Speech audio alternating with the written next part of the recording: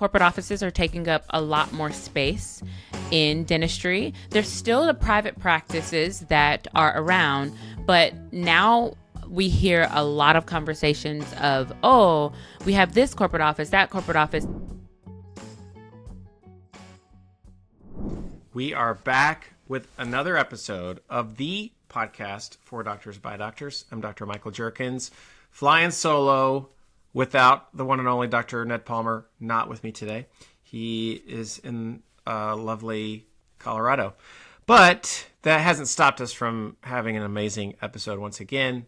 I think it's been a little bit since we've had a dentist on our show, which I always love. And in particular, trying to really understand the journey of dentists, what they have to go through in school, but also the decisions they make afterwards and how they practice. And honestly, there's a lot more variability than for a lot of physicians on things like owning a practice and kind of the entrepreneurial opportunities for some dentists. It can be more than physicians. So it's really interesting to me to understand how dentists make that choice. Why? What are things they regret? And being very transparent about that from a financial and professional perspective. And not only that, but this person is a much better and much more accomplished podcast host than myself. And so it's a double whammy, a very big treat. I will stop blabbering and get on to the interview. On today's episode of the podcast for Doctors by Doctors, we are joined with Dr. ArNelle Wright. She's famous. We are so happy she's here. A University of Florida graduate. She's a wife. She's a mom. She's the owner of Oral Health and Wellness of Oviedo. In addition to practicing as a general dentist, she's lots of things. She's heavily involved in organized dentistry at each of the 3 levels. Dr. Wright also has received several awards for her leadership contributions to the dental profession. And she is a co-host of the Dental Soundbites podcast, which I can endorse, by the way. Great podcast. Her approach to dentistry and mentorship inspires peers and students to value their role as leaders while also providing their patients with optimal dental care. Outside of clinical dentistry, Dr. Wright can be found lecturing and facilitating discussions on the significance of culture-driven leadership in the workplace, as well as spending time with her family. Dr. Wright, welcome to the podcast. Thank you so much for having me. It is such an honor and a pleasure to be here. Man, we're excited. Well, let's jump right in. And I'm going to ask a lot of questions about you being a practice owner. But my first question is, what has been the biggest surprise since you have owned your own practice? We jumped right on into the episode. Nope, no easing into it. No, let's just go ahead and rip the Band-Aid off from the beginning. Well, hey, everybody, I'm Dr. Wright, and I recently acquired a practice. And the reason why I wanted to share that piece, that it was an acquisition as opposed to a startup, which we may get into that a little later in the episode. But I acquired a practice, and it has been such a journey in the short period of time that I've been an owner. I've been practicing dentistry now for 8.5 years, right? And so the biggest surprise that I had was that with the acquisition process, it almost doesn't matter how much due diligence you do. In my case, there were still so many unexpected expenses, which I think is important to talk about, especially being that this is a financial discussion, to some degree.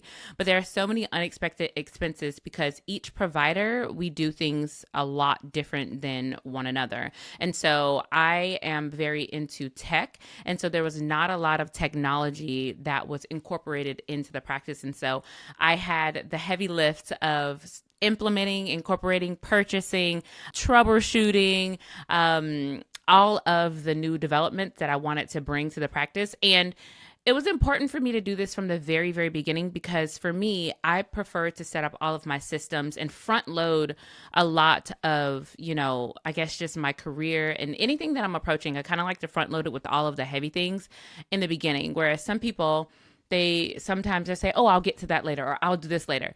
Well, for me, I started to think, well, this is the slowest that I'm going to be. This is the most time that I'm going to have to figure things out and to troubleshoot without like my patients seeing that the building is on fire and that we are a new team. You know what I mean? Because when patients see it, they're kind of like, what's this about? Right, exactly. So I was like, in the beginning, I just need to go ahead and like rip the Band-Aid off with some of these technological issues that I'm having, just all kinds of things. But I would say, just to directly answer your question, the biggest surprise is that there's always going to be something unexpected. So you have to be mentally fortified for that to happen, and then just roll with the punches, and really just not to panic.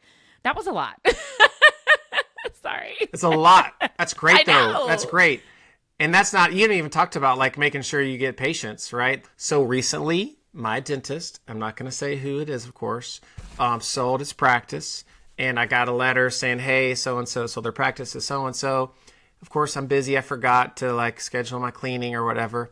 Then I get a text that says, hey, Dr. So-and-so, that I forgot who this person was. It's messaging you. You're due for your cleaning. And I'm like,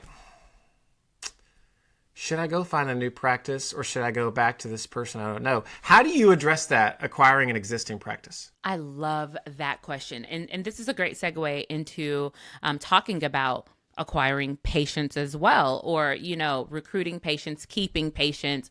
That's very important. So I did the acquisition because, one, I did not want to go through the woes of what I perceive startup offices have.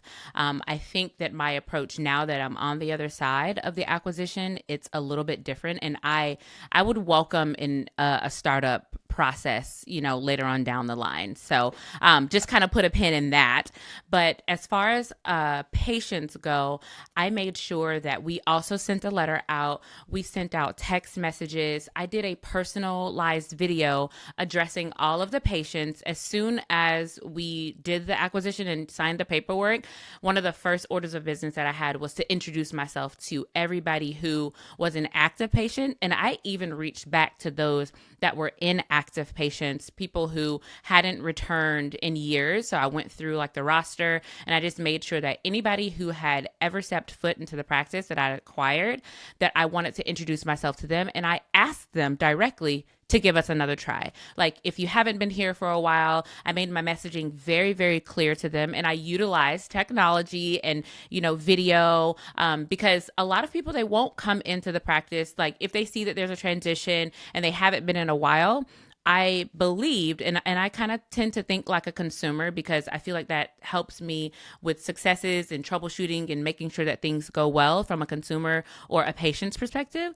So I said, well, if it were me, I would be like, I don't really know. But if I see a video, exactly, I could put a name with the face. I could kind of get an idea of what you sound like, if you're kind of quirky, if are you fun? Like, I can just get an idea of how you are as a person. It humanizes you. Exactly. Not just a name. Correct. And so I think that video did a lot of good for the practice in the beginning.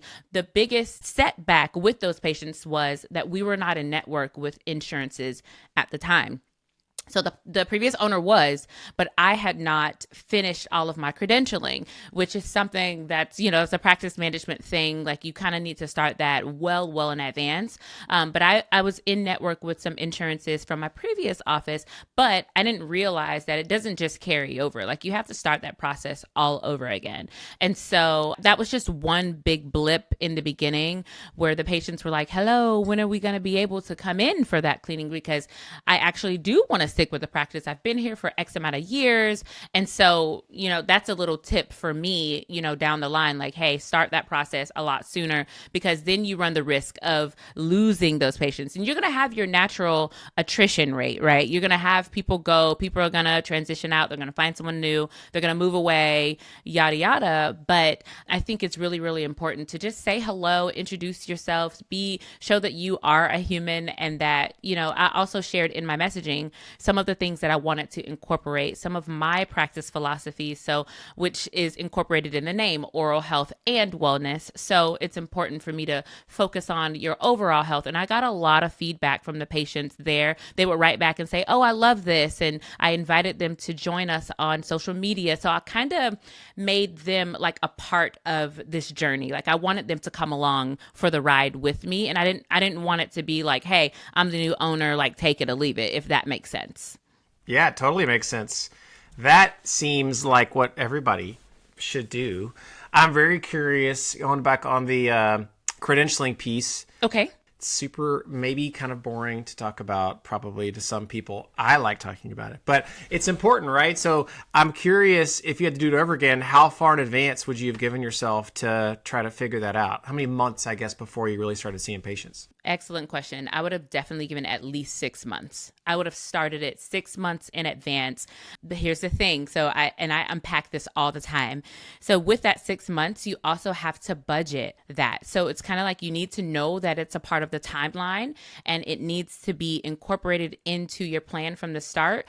And also the financial implications tied to that credentialing process, because I used a credentialing service. I didn't want to, do the arguing and the negotiating and all of that on my own. I just wanted to, use a service, make it easy, and have someone who does this on a regular basis to kind of do that heavy lifting for me while I focus on other things like changing out all of the forms, because we're also rebranding. So there's so many things happening simultaneously when you transition, whether you're a startup or an acquisition. There's just so many things happening all at the same time, and you can't do it all. You can have it all. You can reach out to people and delegate. I think that's the way that you can have it all, but you yourself doesn't need to be the person that's doing it all. So I would have started 6 months in advance. I think the apprehension that I had, although I knew that it was going to take a long time to become credentialed, they usually say it's about like 90 days, right? But for me, what I experienced, it was about a 6-month process before we were fully credentialed with all of the plans that I wanted to go and network with, right? But the issue was knowing that I was going to actually acquire the practice. So I was a little afraid that the deal wouldn't go through. And so for me, I was like, I don't want to put all of this money. There's like a stutter step that I did. Well, do I do this credentialing service right now before I've even signed the paperwork? Or do I wait until like I know that I have the practice in order to do it? You know what I mean? So those are some of the decisions that I had to navigate in real time while deciding, what to do. That's a lot. And to your point, it's like doing that with a startup there's even another layer of complexity too. That can be pretty difficult. Now that because you've already talked about this now. So you said, hey, I kind of figured this out a little bit. Now in the future, at some point, I might consider a startup. Can I ask, how do you know when you're ready for that other location that you would start up? So for me, I definitely need to be profitable in this practice. I need to make sure that I can run with my expenses, that I can actually hire other people, that I'm not using a crazy amount of debt. I know I will go into debt, to open another practice, but I don't want the current practice that I'm in to be suffering and then me try to do another big undertaking in something like a startup, because that's going to be a different beast. I know it's going to be crazy, because some of the things that I didn't have to experience this first go round was I didn't have to deal with, contractors. I didn't have to deal with, dimensions of a building, finding all of those things like that. It was pretty much already made for me in this go round. And I kind of like the fact that I did the acquisition first, because I think I would have been crazy stressed. I don't think I would have been able to get to work fast enough, get down to business, and start seeing patients quick enough for my liking in order to feel that this was a good decision, if that makes sense. Makes total sense. There are certain things that I need to see on like, profit and loss, cash on hand. There's a whole bunch of things that I need to have, and it's all centered around finances, I believe. Yep. What would you say? I'm a little biased, of course. Okay. I would love to know your perspective. Well, what I would say is that you don't always necessarily have a financial partner or a lender that is supportive of growth plans. This is true. So that is an important thing to know when you're getting into the first practice is, hey, y'all, if I'm successful and I'm cash flowing, I'm profitable, I'm demonstrating that I know what I'm doing and my model works, can you support my growth? And you start to scratch below the surface, and not all lenders are ready to do that. Not some can be, some really special ones. I won't name those. Wink, wink. Not all necessarily, but that's a big deal. That's a big deal too. Now, I feel like I answered my own question. I'm the host. Why am I the one talking? I'm sorry. That was good because I wanted to ask. I was going to say the fact that you said that here, that was one of the things that drew me to say, hey, oh my gosh, I would love to take this conversation further. Because that is something that I did not know at the start of me transitioning from being an associate to an owner altogether. I've always known that I wanted to have multiple practices, and I've talked about this publicly. I do want to have multiple practices. It's not because I just want to be like the greedy person and own 10 different practices. I really want to have like a mentorship approach for the next generation. So I've worked in the corporate space. I started my career there, and it was a great experience for me. In fact, I thought that I was going to be buying in or doing some sort of partnership with the corporation that I was at before I transitioned, and it didn't end up working out. And so I feel like there are so many of my colleagues that they want to go that route as well. They don't see private practice as an option. I wasn't even thinking about private practice. I just thought that I was going to buy into this already existing, entity, and that didn't work out. And I just really want to use my experience. I'm first generation, like college student, doctor, now practice owner in my family. And so I feel like there are so many people who relate to that story or those pieces as well. And I kind of want to say, hey, if I knew then what I know now, I would do these things. Like I would have made the jump sooner from my associateship too. So yeah, I definitely want to go that route. It makes a lot of sense. And I wonder, I only know my medical school experience, in which really medical school is totally different in a lot of ways. Like there's very little industry that comes in. There's a lot of Heismaning. I don't think that's a verb, but it is now. Industry, yes. But for dentistry, it's a little different, right? And I've heard from friends and colleagues and those in the space is that kind of the resounding message of people who come in to the dental students is, hey, y'all, you're not going to be able to be a practice owner. Like, don't worry about that. Come work for us. We'll help you out. You don't have to worry about all this stuff and yada, yada, which is obviously a great fit for a lot of people. But I wonder if it just kind of gets in the water of like, oh, yeah, this isn't a possibility anymore. This is not something you should do. Do you agree with that? Yes, I do agree with that. And in fact, I heard when I was transitioning out, some of my, people in upper management were like, why would you do that? You're going to be married to this place. You're never going to be able to leave. And I get it, but that's kind of why I wanted to do it. I do want to be married to it. It's like my baby. I want to nurture it. I love to build.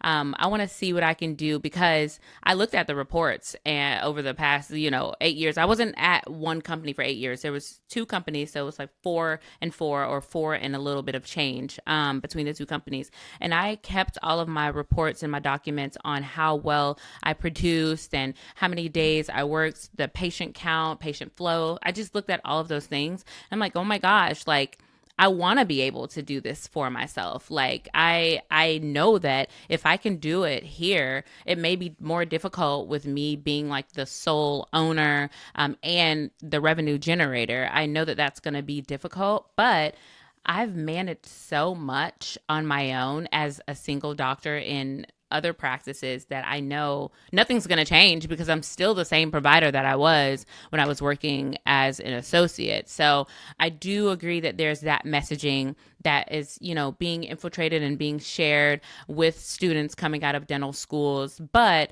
I think people should explore options and at least have conversations. And that's the thing that I don't think I did enough of.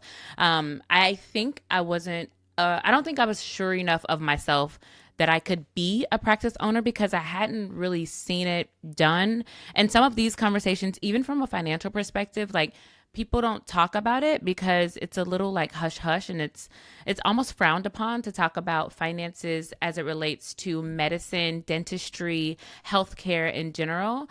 But in our case, as a dentist, I could have graduated dental school and opened a practice the day after I became a dentist. I could have done that. You know what I mean? And I think because we can do that, these conversations need to be had more frequently and in much more depth, Yeah. So sorry, I totally got off track. I love it. Yeah, okay. as an example, like why money is like a taboo topic, or at least it was in my training too. Like I remember there was an employment panel at my residency, and we had some alums come in. And they talk about looking for a job and interviewing and different all this stuff. And I love these people still to this day. But I raised my hand. I was like, "Can you guys tell me like what your starting offers were?" Nobody wanted to say anything, did they? Literally, no one answered it. Right. Like, what did this guy just do? I'm like, well, I mean, I kind of want to know. Yeah. That's another example of like, we were almost taught this, like we can't talk about it. And then obviously doctors don't benefit from that. Everyone else does. What I mean by that is the insurance companies, the hospital systems, big employers. It's like, they don't want us to know all this information because then we're fragmented and we can't actually advocate. That's my own soapbox. I'm sorry. I love this. We're soapboxers. We apparently are. Our own podcast, the Soapboxers. So like you mentioned, like, hey, I could have graduated dental school and day one I could have opened a practice. Yeah. How many years of experience do you think someone should have clinically before they try to do what you did, which is acquire a practice? 3 years, 2 years. I think it depends on the person. But at first, when I first think about it, my original answer is 2 to 3 years, right?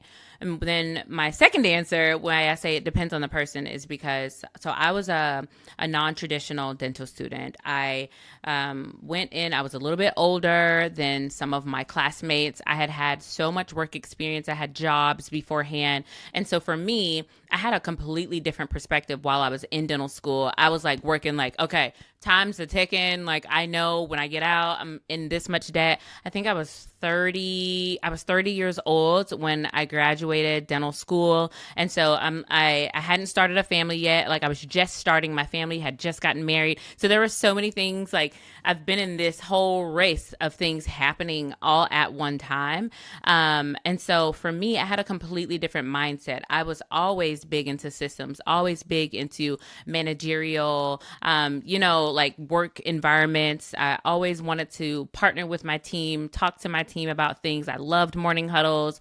Those things never intimidated me just because of some of the work experience that I had. And so when I went into be an associate, when I started practicing clinically, like the clinical dentistry wasn't really the thing that I was like, oh my gosh, like I can't do that. I just wanted to see, how does this place run? Who answers this call? Who answers this question? Who does this? I wanted to see the pieces of the puzzle come together because I knew that I trusted in myself with the clinical dentistry. And I've never been like a heroic type of person clinically, like, oh, I just need to take on all of these cases just because. I really wanted to like really get down and dirty into, how does the business side work? Because at some point I knew that I wanted to be some sort of owner. But yeah, I think the first 2 to 3 years is plenty of time to see enough patients, to see how the team runs, to see how the office operates, and for you to transition into becoming an owner if that's what you so desire. It's a great point because everyone's experience is just so vastly different. And I think that what we see is a lot of ways, and I'd say most ways, the non-traditional students are a lot stronger because you aren't just a professional student your whole life studying, taking a test, studying, taking a test, studying, take a test. Because eventually it's a job, which means you have to work, which means you have to know how to talk to coworkers and manage your time and deal with adversity intrapersonally. And there's all sorts of things that like it's very difficult to do if you've never done it, other than you're really good at multiple choice questions and working on fake teeth. I love that, and we see that in the medical side too. It makes total sense.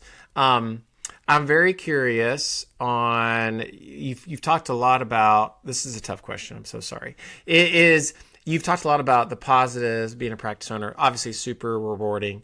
And so I'd love to hear your most favorite part about owning your own practice, and then your least favorite part about owning your own practice. So my favorite part might not surprise everyone. It's going to be the autonomy that I have. I don't think I've experienced autonomy the way that I have. Like, I thought that I had autonomy, but I really have autonomy. So like over my time, over my schedule, over patient selection, cases that I do, just over my staff, like there's just so much freedom. And I think at this stage of my life, like I'm a mom, I have 3 children, I'm a wife, like I am very busy.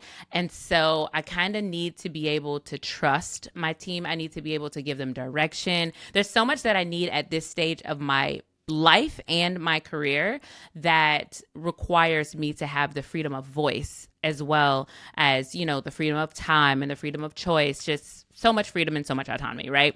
And so I would have to say definitely the autonomy that I have over pretty much everything is my favorite part about being an owner. My least favorite part is having those tough discussions with my staff. I think managing staff, and in my case, because I did the acquisition, it's managing the staff that was there before I got there. Now, it was very important for me, and I do want to say this, there's a caveat. It was very important to me to keep the staff there because of patient retention. I only wanted to be the new person on the block. And of course, we wouldn't keep them if they didn't work out, right? Like if there were some personality differences or some workflow differences, any type of challenges that we would have had, like if it just wasn't a good fit, it wouldn't have been a good fit. But for me, it was really important that I give everybody the chance to, you know, see how we can gel and come together. But there are some hard conversations that I've had to have. And for example, scheduling, how I like for my schedule to be, what comes first in the day, because I'm very fresh in the morning, as opposed to just, you know, anybody who calls, give them like a 4:00 appointment. No. So I have been very clear on, hey, let's dig a little bit deeper. Let's ask more questions of the people on the phone, the patients, before we just put them in any slot on the schedule. Another point of scheduling is like, what are our office hours? You know, I still get up very early, and so I want to go to work early. You know, I don't come in at 10 or 11. Like I want to see my patients, I want to start my day about 7:45, 8:00, you know? So that was like something hard. And those are probably like the easier conversations of the hard conversations. You know, time, hours, benefits, time off. When are we going to conferences? Who pays for what? Those are some of the things that, in this private practice setting, that are a little more difficult for me to have those conversations, because these are now like my team members. Whereas even as an associate, they were my team members, but I didn't hire them. I didn't fire them. You know, like I could only take it so far as it related to, you know, my recommendations, or, hey, I see that you have overtime, or, you know what I mean? Like there's only so much that I could do, even though I was acting as the owner. Quite frankly, I wasn't the owner, and the staff, they knew that. So there were certain things that, you know, there were certain levels of respect that I didn't necessarily have all the time, just because they knew that, you know, you're not my boss, you know? Yeah, that's the things I hear the most from practice owners is the same stuff. Is you know, someone calls off at 7:00, or, you know, the turnover, someone pays me $2 more an hour down the street, or whatever. That's hard. That's hard to deal with. Luckily, I have not experienced that part yet, where it's like the doctor next door is paying me a little bit more. So sayonara. Thank God. I'm so glad I haven't experienced that yet. I still practice very part-time clinically, but it's like I don't have to deal with that. I show up and there's a schedule of patients and I see the patients. Well, but also like I've been known, if we're not running on time, I will go get the patients myself. Same. Me too. I am crazy. I'm like, oh my gosh, they're Yes. waiting 5 minutes. Come on, our time is valuable. No, get I'll them in. do it. I got your vitals. I'll take your med list. Like, let's just get this thing started. I also knock on the door when they're rooming. I'm like, it's been a little bit. Hey, sorry to interrupt. Whatever. Why are we like this? I don't know. That's a great question. Why are we like this? We value our time, I think maybe. That's what it is. And we value their time. Yes, yes. I tell my patients that too. I always say, "Hey, I don't like for you to wait for too long." And like now, the staff knows because like I move very, very fast. I'm like, "Hey, let's close to open. Let's reset the room." It's almost like making your bed. So for me, it's like whether we have this particular procedure today or not, just reset the tray so that we can just grab and go. Like I love to just be set up because frankly, a lot of the procedures that we do, like the bread and butter dentistry, they don't take that long, but it ends up taking way longer if you're not fully set up. So for me, I'm just like, can we just set it up so that, everything flows smooth? And if I have to troubleshoot midway through, then I have more time to troubleshoot. You know what I mean? Yeah. Do you go for your own dental care to someone you know, or is that weird? I used to. So I haven't even done anything in a while. I know. Well, I had a baby, so just all of that. You're busy. Yeah, I've been busy. But yes, one of my colleagues who actually I graduated dental school with, he was in my dental class. He is my dentist, and yeah, I go and see a friend. Yeah. I know some people who are very against that. Really? Yeah, I think, well, maybe dental care is different from medicine. I don't know. Maybe there isn't a difference there. But look, I'm being very authentic here in this podcast. And I had a lot of cavities as a kid, okay? And I remember going to residency, which, by the way, I was also 30 when graduating medical school. So I was a little bit older. Look at us. Oh, my gosh. Yep. So I'm in residency, and we have this whole thing that the program director, who is one of the best doctors I've ever seen in my entire life, and she's not listening, so that's okay. We would practice these exam techniques, right? And she's doing an oral exam, and she's looking in my mouth, and she says, "Michael, you got Tennessee teeth." That's what she said to me. I've never heard that phrase, so I'm interested to hear more. I don't think that's a phrase most people should say, but it doesn't have a positive connotation, I am pretty sure.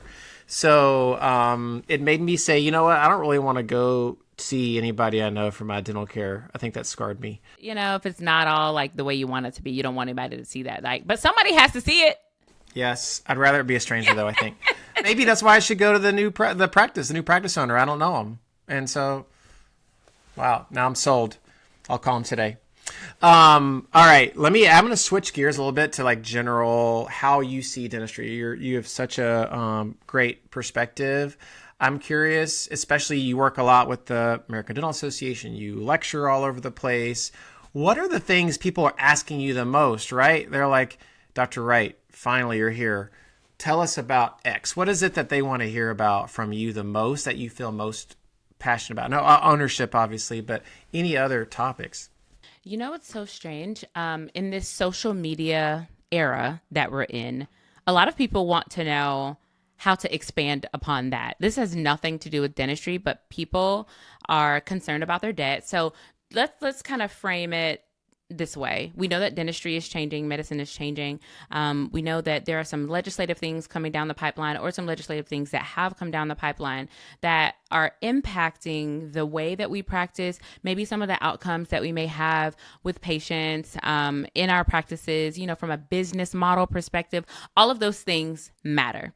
And I think in dentistry and, in other professions, we're all paying attention because depending on where you are, whether you're like an associate, whether you're still in school, whether you're a practice owner, we still have debts that we have to think about. We still have families that we have to take care of. So everybody is trying to find, where I'm going to is everybody's trying to find additional streams of income, additional revenue. And the social media era that we're in, like social media is not the way that it used to be. And people have asked me a lot, how in the world are you going to conferences? How are you speaking? How are you, collaborating and partnering with organizations and then being compensated to do it, as well as working? So that's a common question that I get. A lot of people ask me about leadership. How am I leading my team? Because that whole piece with leadership and like the staff being as an owner or an associate, we still have to have some kind of skin in the game. You know what I mean? Like you can't just go and be like, okay, I don't really care about what happens, because there are so many people that, are representatives of you. So I talk a lot about leadership. I talk a lot about being on the journey to becoming a dentist altogether, because of my non-traditional background, having no idea how to become a dentist, and like not even knowing a single dentist like before I decided that this was a career for me. That's amazing. I know, isn't that crazy? Thank you. I didn't grow up having a lot of dental care, and so I kind of had to like feel my way around in this profession. So just mainly like leadership, making sure that you're showing up strong as a leader, you're communicating well with your team, being on the journey. So for those pre-dental students, they want to know about how did you get to where you are, and then a lot of people that are established already or on their way to being in clinical practice are asking about that additional stream of income. It's interesting. This triggered a thought on just things changing, right? So, of course, fall of 2026, we're going to have these borrowing caps annually of $50,000 for dental students. So there was a recent paper that is super interesting, and I'm a nerd and looked at that, but it's from the Federal Reserve of Philadelphia, Federal Reserve Bank of Philadelphia. Okay, I want to read it now. I'll send it to you. It's basically going over financial attributes of borrowers. And how many borrow more than $50,000, meaning how many would need to have private loans because Grad Plus is gone. And out of those, what are their credit scores? So here's some interesting numbers. Basically, and dental and medical are kind of mixed together, so there's a little bit of haziness here. But essentially, and it's probably skewed higher for dental students. But let's say basically 45 to 50% of medical and dental students will have to borrow more than $50,000, meaning we've hit our cap for the year. We got to go figure out what to do with the private market. But about a third of those people will have a credit score less than 670 or no credit score at all because they've been a student. Really? Yeah. So that means, and just to kind of peel back the curtain, when you think about banks that lend money, especially to the general public, they look at, 670 is a very low score. So they might not approve you, or they might say, hey, go get a cosigner, which not everyone has access to, right? So last year, 6% of medical and dental students needed a private loan. 6. It's going to be 46% probably this next year. So what I'm saying, what I'm saying is you're going to have a lot of people potentially saying, hey, I tapped out my federal loans, but I can't get the money. Like, no one's lending me money. And what that means is, I'm sorry, I'm going on a soapbox again, is that there are potentially people who say, I'm done. Or there's people that say, hey, I got to do whatever I got to do, and I'm going to take whatever loan I can get, which means pretty high interest rates and bad terms. And then the things you're saying are putting pressure on dentists now is going to be even worse potentially in the future if we don't get a good solution out, which I think will happen eventually. But it's a very interesting fall we're about to see. Yeah. So do you think that fall is going to be, I guess we're going to see it also on like the number of people that are going into the health professions? I think what will happen is you will have a bunch of students who get accepted. Some are waitlisted. And then you will have people who can't pay, and they'll move off the wait list. And the people who can pay go up or don't need it. You don't need loans, go up. And so what does that do? Well, of course, that means that you have, especially the underrepresented minorities in dentistry and medicine, need student loans at a higher proportion than not. And then you have a more homogenous. I needed it. Yeah, you have a more homogenous workforce. So I think they'll still fill classes. They will just fill classes that look different than before. And it's really going to be overrepresented of those who didn't need a loan at all and come from the wealthiest quintile households, which has its own implications. But that's not what we're here for. It's okay. That's not what we're here for. sorry. I really took us on a rabbit trail. No, that's great. I don't want you to get off of your topics, but that's actually really important for anyone listening. So like anybody who has interest in health professions, it's still important for you to know that this is happening because it's going to impact or affect your decision making. You know what I mean? Like if you aren't sold on a career, or if you're even just thinking about dentistry or medicine as a career, for example, you kind of need to know what you're in for. And I will say, while we're talking about this, like I know that, this wasn't like the topic of discussion for today, but Yeah. one thing that I wish that I had deeper insights on before choosing dentistry. Like I love dentistry, do not get me wrong. I'm not suggesting that I don't love dentistry, but I kind of wish that I had more knowledge about legislative impacts beforehand. I think that should be incorporated in some way, shape, or form into the curriculum. Now, dentistry is only 4 years. So I always say, whenever we come up with these ideas of like, oh, we should learn this in dental school, we will be in school for 4 more years if we continue to add to the curriculum. But I do think that there should be some kind of way, there should be something where we are informed or at least introduced to some of these legislative impacts before we choose the career, because I think it would, it would help us it would guide us a little bit better. Yeah, I agree. It's just so hard to know what's going to happen even in next year at this pace. That's the tough part.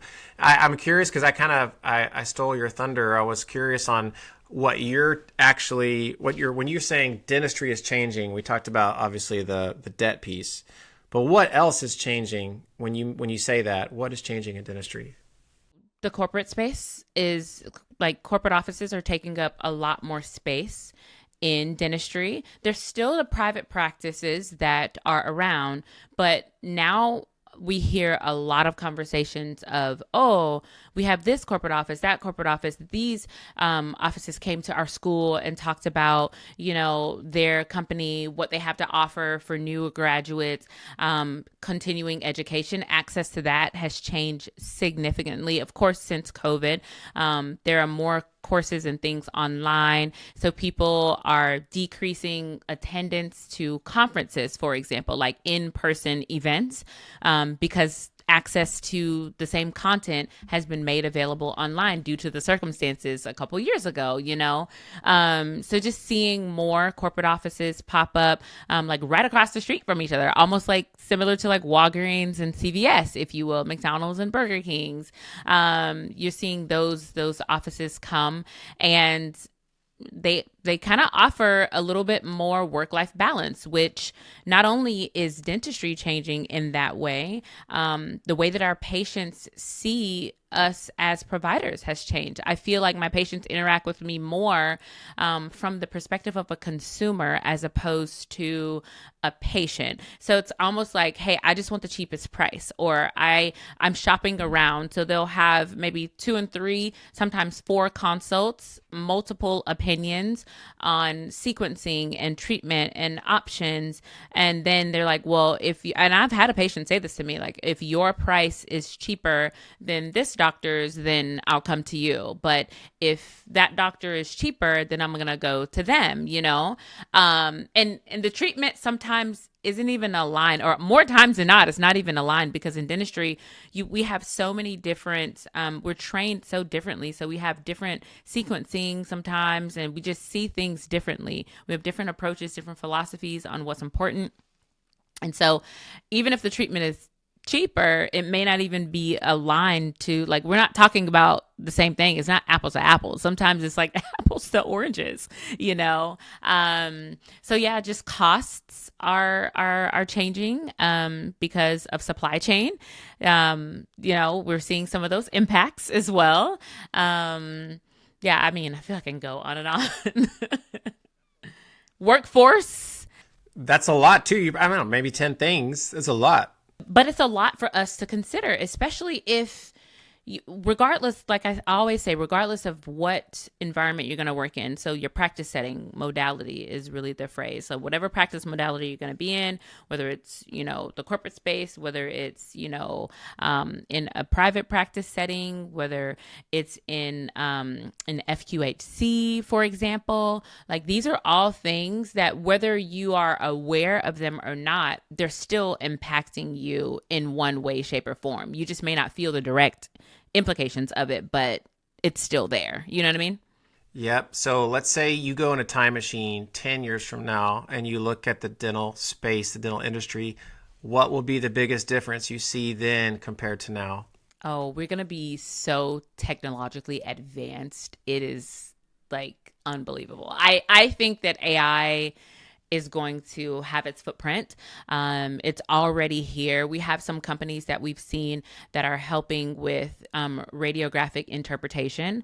So making that a lot simpler, even though it still has to be verified by a human, but it's here now. And so I also think that the patients are going to require or even put a demand on offices to be with the times, to utilize AI, because now they're seeing their time as more valuable than the other way around. It used to be, oh, the doctor's time is so valuable, so you have to respect the doctor's time. You do still have to do that, but the patients now are like, well, what about my time? I took off of work for this. So make sure that you are running on time. And I mean, in their minds, they're, searching the internet, they're using Google, they're researching, they're aware of some of the changes and some of the improvements and modifications that are being made, like on the industry side. And so it almost is like, whoa, you don't do this at your office. You don't have this machine, or you don't make your crowns the same day in office. I have to walk around with a temporary, and you mean I have to come back to your office, make another appointment, and sit in this chair? No thanks. I'm going to go down there, and I may end up paying more, but I am paying for the convenience of the crown being delivered to me the same exact day, Great points. Well, so for in medicine, it's we see similar stuff. It's obviously a little bit different on the delivery of care, but where I see a lot of it personally is that patients are more informed. At least they have information. I'm not saying it's always the accurate information, but they have information. Correct. I know that's right. They have something. It's different in dentistry, I would suppose, on the access they have on, for medicine, of course, I have these labs, I can punch them in. I had this medical history and these symptoms. What could it be? Are patients in dentistry doing the same thing? No. So we don't get results like that. So one of the things that one of my patients said, they were like, I wish there was like a dental portal. Like in medicine, there's a portal. You have the app on your phone. You can see, okay, what was my thyroid levels like when they checked the last time, and I'm doing good because I'm making improvements. We don't have that. We just have to take it, based off of the dentist's word. Like, hey, you're doing very well. Your hygiene, you're not bleeding. It's one of those things. But it would be really cool if we had some sort of portal. And I do know that there are some corporate offices that's incorporating the portal system. So like they're having medicine in the same office with dental, like with a dentist, so that there can be some, interdisciplinary conversations. We can consider your diabetes, your hemoglobin A1C. We can consider, if you're taking that aspirin, we'll have that information on hand, and we don't have to depend on you, the patient, to bring it to us, or to remember, or to kind of be a good historian on like the last time, what the numbers were the last time, or when they were even drawn. You know what I mean? So I don't think that dentistry is making that. We're not going into the, I guess, like, I don't know, having the information like readily available. There are some tests. So like there are some salivary screenings and salivary diagnostics that are coming into play. And so we can have those results like through an app. And I'm utilizing that in my practice because that's a part of like the wellness umbrella. Like I really care about, having more information about the patients as much as I can, especially if I'm performing certain surgical procedures on them. And I can just kind of, prepare a little bit better. But right now, that's kind of all that I'm seeing. And so I don't know. I don't know where we're going to go as it relates to like having a portal. Yeah, that's super interesting. I never thought about that. I have worked in places where dental and medical are together, and it is great. Is it? I bet. Yeah. It like decreases all like the uncertainty, right? Yeah. And you're getting to talk about time. The patients go to one place, right? So it's convenient from an access perspective, especially for underserved communities. All right. So we normally round out. We normally round out with true or false rapid fire. So I say a phrase and you tell me if you think it is true or if that statement is false. Oh, goodness. Okay. And it's just random stuff? Yes. Okay. Let's do it. Oh, God. I mean, they're not that bad. They're not that bad. Okay. The first one, true or false. If I was not a dentist, I would have wanted to become a physician. True or false? Oh, false. Why is that? Because the time that it takes. No. It's time. See, that's the theme. That's the theme. I have lots of questions, but I'll try to move on. True or false? Dentists use AI more than physicians for their clinical delivery. False. You think so? No, I actually think it could be true, but I want to say that it's false. Why? What's your real answer? Like your most you think accurate? What do you think? I think true. From an X-ray perspective. So now, like all of the AI stuff that's helping us interpret X-rays and like map nerves, do all these things. I feel like people are jumping on that. Yeah. So like as an example, for medicine, there's this app like Open Evidence is a big one, right? So it's free. You have your MPI. It's all evidence-based, has citations, and you can get CME as you use it. I feel like I'm putting a commercial out on their behalf. But like they have something like half of all physicians use it. So is there anything like that for the dental space? No. The apps that I know of, I'm like, oh my gosh, now I don't know. Maybe there is something and I don't know. Maybe I'm behind on the times. But there's like a company called Pearl. There's Overjet. Have you heard of those two companies? Yep. I'm sure. Okay, so Pearl and Overjet. So like I do implants in my practice, and I have a CBCT machine, and embedded in the software of the CareStream is an AI function where it can automatically map the nerves. It can automatically trace the arches for me. Like I used to have to do all of the clicks manually, and I still go in and make sure it's like where I want it to be. And I go in and say, okay, yeah, that is like the IA nerve or whatever, but it's already in the software. So those are the only ones that I know of. I don't know of this database that's like free. No, I don't think that we have that in dentistry. There you go. Someone's listening. They're gonna make that. That's right. We should copyright it. I was just gonna say you're welcome. All right. True or false? Most dental school graduates are ready for clinical practice and don't need to go to a residency. I'll say false. You want to know why? Why is that? Okay, good. Yeah. I was going to say, can I tell you why?